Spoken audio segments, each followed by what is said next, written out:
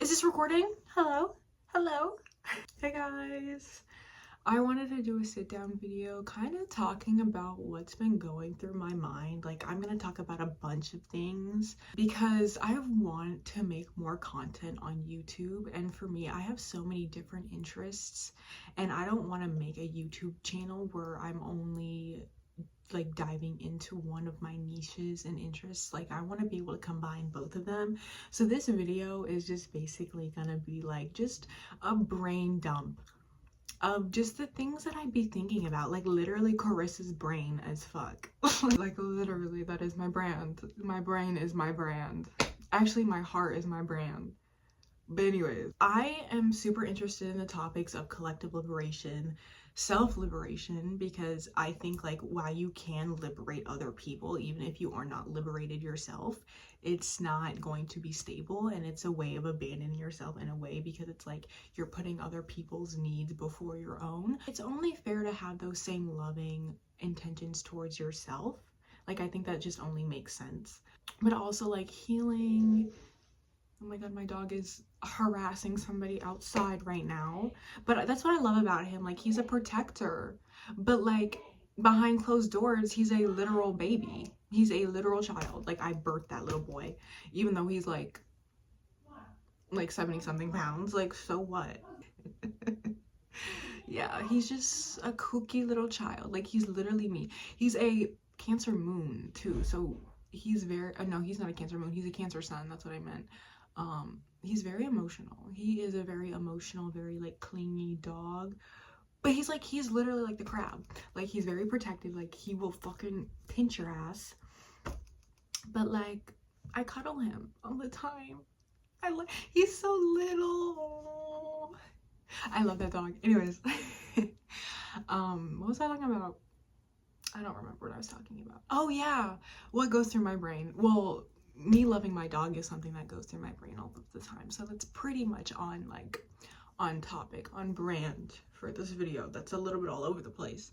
I've also been thinking about like learning to decolonize your mind, because when you really think about all the ways that we've been indoctrinated to, you know, believe in the two-party system, believe that there's only one way to life, we're taught that you should be doing this, and if you're not doing this, then you're not normal, then you're going to be judged, you're going to be rejected by people, and like going in a path that is unconventional but that is more in alignment with your soul is not an easy path, is not an easy choice. But I'm kind of at the point where it's like I'm choosing myself regardless of what the fuck I lose, because I realize like complying to what I'm told I'm supposed to be doing in order to keep the peace or to make other people happy is not that. No, like literally, absolutely the fuck not.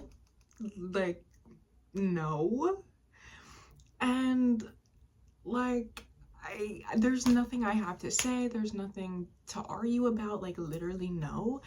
And sometimes I feel like, oh, maybe I should just stop being difficult, but it's like I'm not even being difficult. I'm just like listening to myself. I'm listening to what I don't want, so then I can start discovering and taking action and putting in effort and energy to what I do want, to what I do want to create.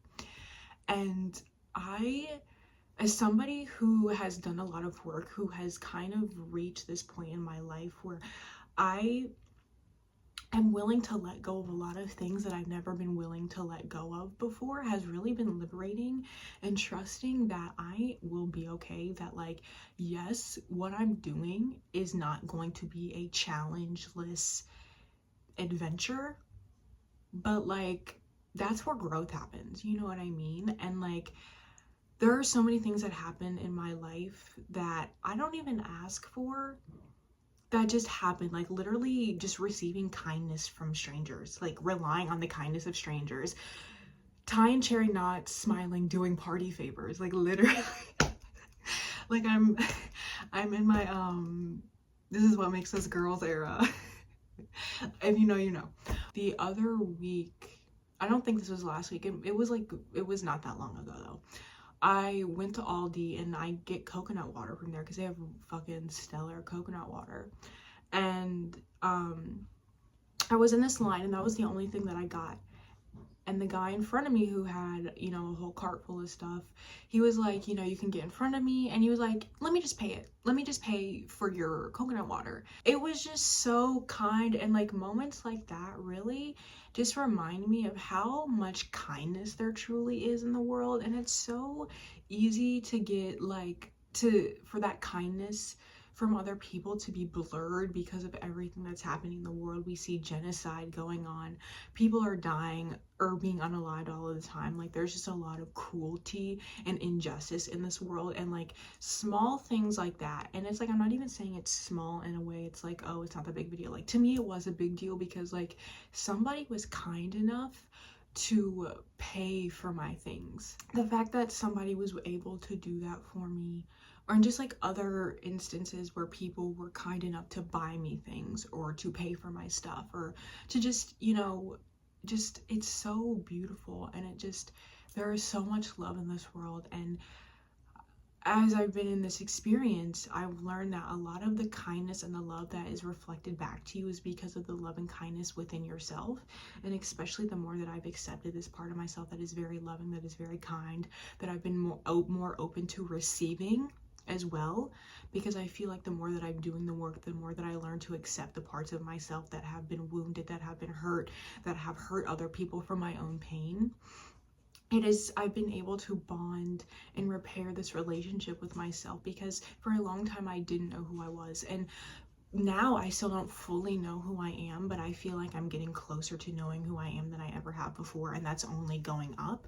Like every day is an opportunity for me to learn more about myself and to pour into myself in ways that I've never even imagined to pour into myself. Like even showing up here, like I want to make more content, right? But I overthink about it so much to the point where I'm like, I don't even want to think about it anymore because it feels so stressful and overwhelming.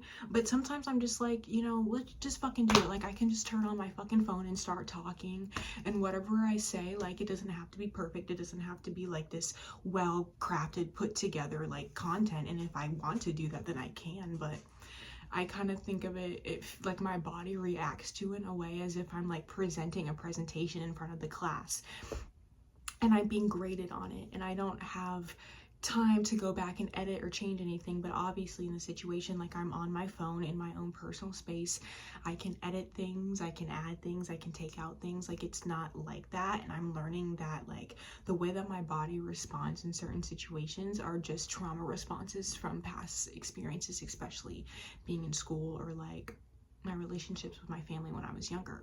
But yeah, like this video is going to be a little bit all over the place, but I'm just like, I have a lot that I want to talk about. Talking on the topic of collective liberation and like capitalism and colonialism. Oh my god. Yeah, that's how that shit makes me feel. But I really think about how a lot of people don't care about stuff that is quote unquote happening on the other side of the world or happening in other countries, because it's not directly affecting them, because it is across the ocean. But I think that talking point really just shows how people are not willing to extend their empathy to people who are not in the same country as them, which I think is so silly, because like borders and countries are literally made up concepts by human beings to keep us more divided.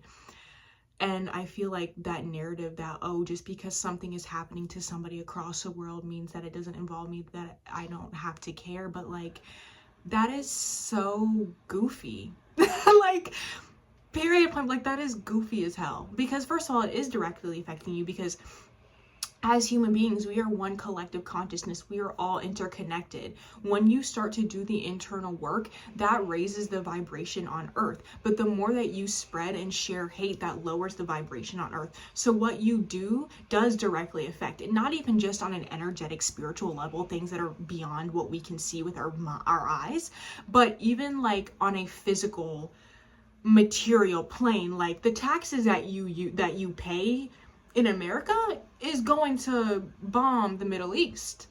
Like, what do you mean it has nothing to do with you? Like, I just think that argument is so silly. But like, especially with like the borders, like a genocide happening in another country is not a reason for me to not care. for me, it does not matter if you are in fucking Congo, if you're in Sudan, if you're in Palestine, if you're in fucking England. I don't care. I care about collective liberation and justice and freedom for all people. It utterly breaks my heart, not just seeing people who just brush it off as it's not big deal, but people who are actually experiencing that firsthand, because it's like, why can't we just fucking love each other? Like, why is that so hard? But I understand in a way where I'm not like agreeing with it, but I see it from the perspective of the people, the capitalists who benefit from war and genocide and oppression of people. But with talking about collective liberation, we have to understand that we are giving our power away to these people who are capitalists, and it's because of the way that we've been raised. It's generational. It is what we've been taught in schools. We've been taught not to question the information that we're taught. We're not taught to question the authorities in our lives, and even the higher up authorities like the government authorities, police. Okay, and the thing is, a lot of these people who are authorities, they are in control, or they try to be in control in a way of force and cruelty and violence and abuse. In a way that I've learned to liberate myself, not even just like doing healing work and obviously facing my shadow, but also unpacking where I operate from the characteristics of white supremacy. And I might put a picture up here on the characteristics, but I've done a little bit of research, not a lot, so I'm not gonna be like spewing out any false information. I'm just gonna be sharing my perspective and what I know. Just the world that we live in, it's like, it's only valid if it's fact. It's only valid if it comes from a reliable source. But it's like, babe, I am the source. My wisdom, my heart, my knowledge, my love my genuine love and compassion that I have for people, putting all differences aside, is going to conquer all. And I think that's a very beautiful thing. But going back to the characteristics of white supremacy, having like black and white, this or that thinking, complicity, and the right to comfort, right? Like, a lot of us, especially if you live in America, we all, regardless if you're black or white, Asian, Hispanic, fucking Indian, Native American, like, a lot of us, especially if we are not white, our ancestors have been indoctrinated and colonized to think and operate the way we do, whether if it's supporting organized religion, if it's supporting certain political figures. And the thing about politics, the thing about presidency, is that, like, the more that I realize that regardless of what president is coming up to be elected, it does not matter, because a president's job is to protect and uphold capitalism. And regardless of who we have in the White House as our president, they are not truly for the people. They are not for the people the way that they try to tell you that they are for the people. If they were truly for the people, they would not be upholding a capitalist system that benefits from having a lower class and a 1%. That's just the truth. Like, I don't care if it's a fucking black woman or a white man in office. It doesn't matter, because their job is literally uplifting a system that is failing and does not work for majority of the people. Okay, what was I even saying about before? Like, I don't remember. Oh yeah, white supremacy. We are taught and breeded to think like in a way of a hierarchy, viewing a certain group of people as superior and a certain group of other people inferior. It creates a lot of division, not from ourselves but from each other, and it creates isolation and depression. I've been watching documentaries about the Native American communities and how their ancestors, when the colonizers came over, how they literally targeted their food source so that the Native Americans did not have a way to survive, or the relationship with the land and the animals. Like, they were all one. It's like, if the animals weren't there, then they wouldn't be there. They wouldn't survive. Like, they were very much connected with everything, and everything was very much connected with them. And it's very beautiful, because I feel like, looking at the system that we live in capitalism, how, like, we are so disconnected from each other. And when I'm able to go outside and put my feet in the ground and being able to look at surround me and look at the trees, it's like,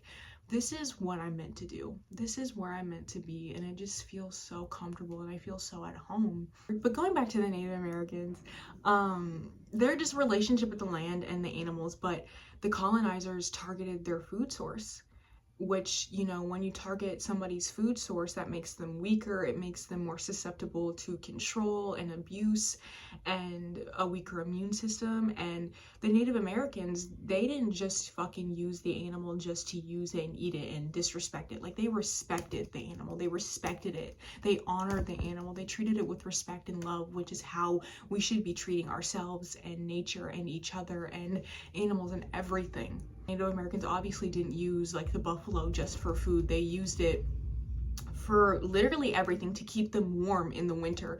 They would freeze or do something with, I forgot, like they would preserve the meat so they could use it throughout winter. They would use like the skin of a buffalo for their houses. And I remember learning about the Native Americans in elementary school, and I don't remember everything, that was a while ago, but I always remember love learning about that, like that history, and also like ancient Egypt and like the ancient times. I love learning about that when I was younger, reflecting on how whitewashed a lot of the information that I learned about that, how much they leave out, how many crucial details that they leave out about colonization and Christopher Columbus and how he discovered America. But like, obviously that's not true. A lot of Native Americans are just like, you know, reclaiming their ancestry and their way of living, especially living like a colonized capitalistic lifestyle. And a lot of them fall into depression and fall into drug and substance and alcohol issues and abuse. We're forced to live, and how we're forced to survive. And like, while I think like escaping capitalism is not necessarily impossible, it's definitely hard. And with the way this system is set up and everything is structured, like it is structured to uphold capitalism, to uphold division, and all of these just negative things that I feel like a lot of people are waking up to and realizing, and a lot of people are seeking out that healing and that learning and just getting back to the roots of who they are and willing to do that work, which I think is so beautiful and so important. I'm genuinely super excited to see what's to come. I don't know everything, I don't have all the answers, and I'm scared. I get scared because it's not going to be easy. It's not just going to be like this incline that's just, you know, we're going to make it in all in one like go and it's going to be perfect. Like, it's going to be far from it. But I think, you know, we all have our own individual roles to play in what we want to create, especially on a collective level, because especially in capitalism, individualism is something that is so like breeded, especially with, you know, people just being lonely. Like I've watched videos about Gen Z and the loneliness epidemic and how on TikTok, and I even fell into this. I've even participated in this. I've even been in this mindset that like, oh, just I need self-care is just like isolating myself and only focusing on myself and having no friends. But like, the thing is, I want friends. I think it was like last night or the other night, I was just thinking like, I miss having a best friend, and like I haven't had a best friend in a few years. And like, even the best friend that I had, like they were my best friends since like middle school, and at the time we stopped being friends, like we were already out of high school. My relationships with them wasn't perfect, but like having those people to joke around, to talk to hang out with, to fucking adventure and explore with is fun, and I miss that. And like, obviously I can do those things with myself, but like doing those things with myself does not replace a relationship like having a best friend. Like, yes, I can be my first and own best friend, but like also it's nice to have a fucking like a separate organism that is your best friend, you know what I mean? I have a lot of hope for the future personally, because I know that there is so much more to life than what we have been taught to believe that can be offered to us. And a lot of this time for me is having faith and trust not only in myself but also like the universe. My like belief system has changed over time. Growing up, I was raised a Christian. They would reference God, but it wasn't like they were like God, Jesus freaks or anything like that. And I'm not saying there's anything wrong with that, okay? But like that's just like my truth, okay? As I got older, I became more of like an atheist. Like I did not believe in God. I didn't believe in any of that. And I feel like a lot of my life too, when I was younger, like not knowing myself and being extremely depressed, being extremely disconnected from myself, and not really having like an emotional connection that I wanted with my parents, and how that devastated me for a very long time, especially when I was younger, experiencing the emotional neglect and even emotional abuse and even like verbal abuse. A part of me not feeling connected to myself because it felt like I was just very unloved, and it's just like, well, if my parents aren't gonna love me, then who the fuck else is? And it's just like I'm working through that, and it's so heartbreaking because like as a child experiencing that, the fact that I had to go through a lot of that just like on my own and not really knowing what I know now, especially as a child, it really breaks my heart. It really does. But going back to like religion and like beliefs and stuff, I believe in the universe. I believe in God, but not like Christianity God or like an organized religion God. Like I believe in like the universe, the divine, like God, universe is energy, is spirit, it's us. Like we are our own individual gods. We create heaven and hell on earth. And for me, I choose the path of creating my own heaven on earth, whatever that looks for me. And I feel like I discover it a little bit more every day. It changes, or it's going to change in the future. It's going to develop into something that I probably can't even imagine right now. But like my heaven on earth is being authentic and also not following the rules of authority, of people who I do not want to be, of the lives that I do not want to be, of people who do not know themselves and who are not doing the work internally to liberate themselves. I do not want to take advice, life advice, from people who are not doing the work to liberate themselves. And I'm not saying that to put down any or shame people who don't choose to do that work. That is your choice, and that has absolutely nothing to do with me.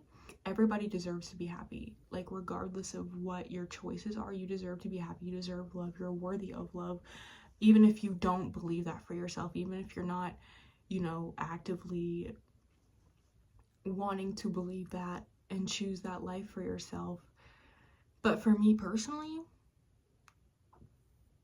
yeah, I have to choose myself. Like for me, it's just like it's a no-brainer. It's like I have no other option.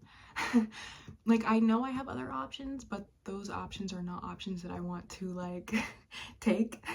So I'm like, okay, so it's either like because I live at home with my mom right now, and our relationship is not healthy, and I need like a break from her. I need distance from her. And I also have so many like creative ideas in my head. Like when I tell you, my mind is always running, and journaling is something that helps me. Like sometimes I'll like have so many thoughts and I'll feel so overwhelmed, and I'm like, I should journal, or like, I should probably journal because I know that helps me. I know that's healthy for me. But like even that kind of feels overwhelming because it feels just like another thing to add on my to-do list on top of all the other things that are fucking running, bouncing off the walls in my brain. This is why I'm on this journey. This is why I'm on this expedition of self-discovery and just like reclaiming who I am and liberating myself. And a part of that is allowing myself to not only feel the pain of the past, but also accepting how things have been and how things are right here in this moment, and that like there are certain people and habits and places that I cannot take with me. I'm growing and ascending very rapidly. I've been crying a lot. I've been addressing a lot of things that I had addressed before, but that are also coming back now. And like I even cut my hair, which I posted on my TikTok as a symbolism. It's a symbolism of the internal purging and transformation inside, and me cutting my hair is just like a physical manifestation of that. It's a physical manifestation of me being ready in this transformative period in my life, this metamorphosis, this fucking chrysalis, me fucking in a cocoon, and like, don't they like fucking, like, aren't they gelatinous in the cocoon and they like turn into a butterfly? Like, that whole, like, that's me right now. That's literally me as fuck. And there's just a lot. There's so much that I want to talk about, and like, I feel like I need to have it all perfect. I feel like what I need to talk about needs to be important. It needs to have value. It needs to be this most revolutionary thing that fucking changes the world forever. And like, I'm putting so much pressure on myself that I'm not allowing myself to just be and exist and like flow and like do things just for the fun of it, just because I love it, I'm passionate about it. And like, the things that I talk about, I do love it. I am passionate about collective liberation. I'm passionate about healing. I'm passionate about my own journey, because I know that it is possible. As somebody who has been so fucking depressed, who is somebody who has wanted to be unalived, who has tried to unalive myself so many times. I've been in like a mental hospital before. Like, a lot of things I could fucking list that I've been through, a lot of pain, a lot of heartbreak that I've experienced, but like, and I'm gonna cry, but like, knowing that I'm still here today and being able to experience the fact that it has been possible for me to get through that, because I remember being in all of that and not feeling like my life had value and meaning. And I know what that's like, to feel so fucking empty and just so useless, and to feel like your life has no value, and just like having very dark visions and thoughts of just like my body being lifeless somewhere, and just like wanting to, you know, unalive myself, and like thinking about how my family, if I were to do that, would hopefully they would regret how they treated me, and feeling like the only way that they would ever show me love or love me is if I wasn't here anymore. And just really dark shit. And sometimes I still feel that way. Sometimes I still feel worthless. Those feelings still creep up. And since I've been like diving deep into that, the feeling of depression, that feeling of worthlessness has been coming up, and I'm like starting to really remember how it feels, because I'm actually allowing to feel it in my body. And it feels so fucking empty. It feels so hopeless. It feels just so like I shouldn't be here. Like, I'm not meant to be alive. Like, I feel like just like I was only born to experience just neglect and just feeling unlovable and just like abandonment and all of these things. And like, I know that's not true, but that's how I felt. Like I said, I'm grateful that I'm here today, because I've been able to experience the fact that it is possible to not necessarily feel better or to fix anything, but just to love myself. Because I realized that that love, that nurturing, those relationships that I needed when I was younger, in the ways that, like, I'm a very emotional person. I'm very energetically sensitive. I'm very emotionally sensitive. Okay, like, if you're into astrology, babe, like, I have a Cancer Saturn in my 12th house. I have a Pisces stellium, and my Pisces rules over my 8th house, and I have my moon in Pisces 8th house, okay? And I also have Uranus and Mars. And I also have a Leo stellium in my 1st house, and I'm a Leo rising, because I'm a bad bitch. Oh my god. But like, I'm a very sensitive person, okay? And just like knowing what I know now, realizing how my sensitivity is not something to be ashamed of, it is a power of mine. And you know, I live in a family where I've been seeing through a lot of their projections, and how a lot of the things that they say to me is just a reflection of their relationship with themselves, and how they allow themselves to emotionally process things, if they do at all.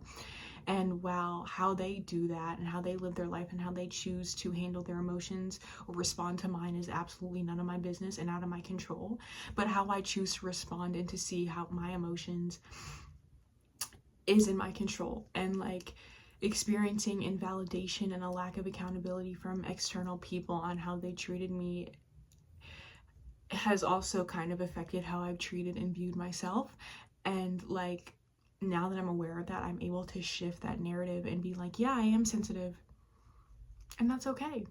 That is what makes me me. That is what makes up my soul. My sensitivity is what makes me me. And I think that my sensitivity is a very beautiful thing. The fact that I can allow myself to cry my fucking eyes out when I feel like crying, when there is something that I want to cry over or about, that's just my experience, and it's beautiful. And I'm just grateful that I'm on a path, that I'm actively choosing a path and a journey for myself to love and accept myself.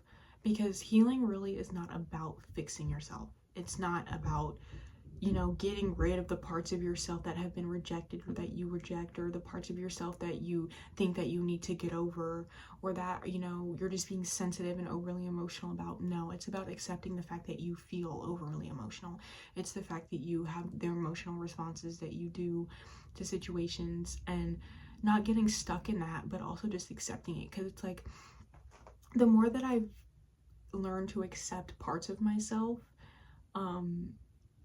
it's like permission to myself to let it go, or it's permission to myself to just let it be what it is without trying to fix it and mold it into something that it's not.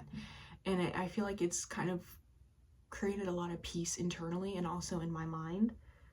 And it's like, it's not perfect. There are things about myself that I still reject, that I still do have a hard time with processing and allowing to fully feel, but I feel it in like small little increments.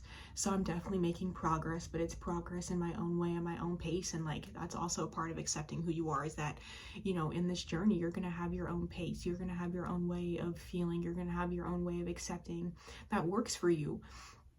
And it's like, as long as you are putting in that work to love yourself, it doesn't matter how that looks. I mean, obviously it matters if you think loving yourself is like doing a bunch of drugs or something like that, but like, obviously I'm not talking about that. It's a beautiful journey. And I'm honestly glad that I made this video. Like, this video was kind of a mess, but like, so am I. Like, literally, so am I. Oh, she's here. Bye.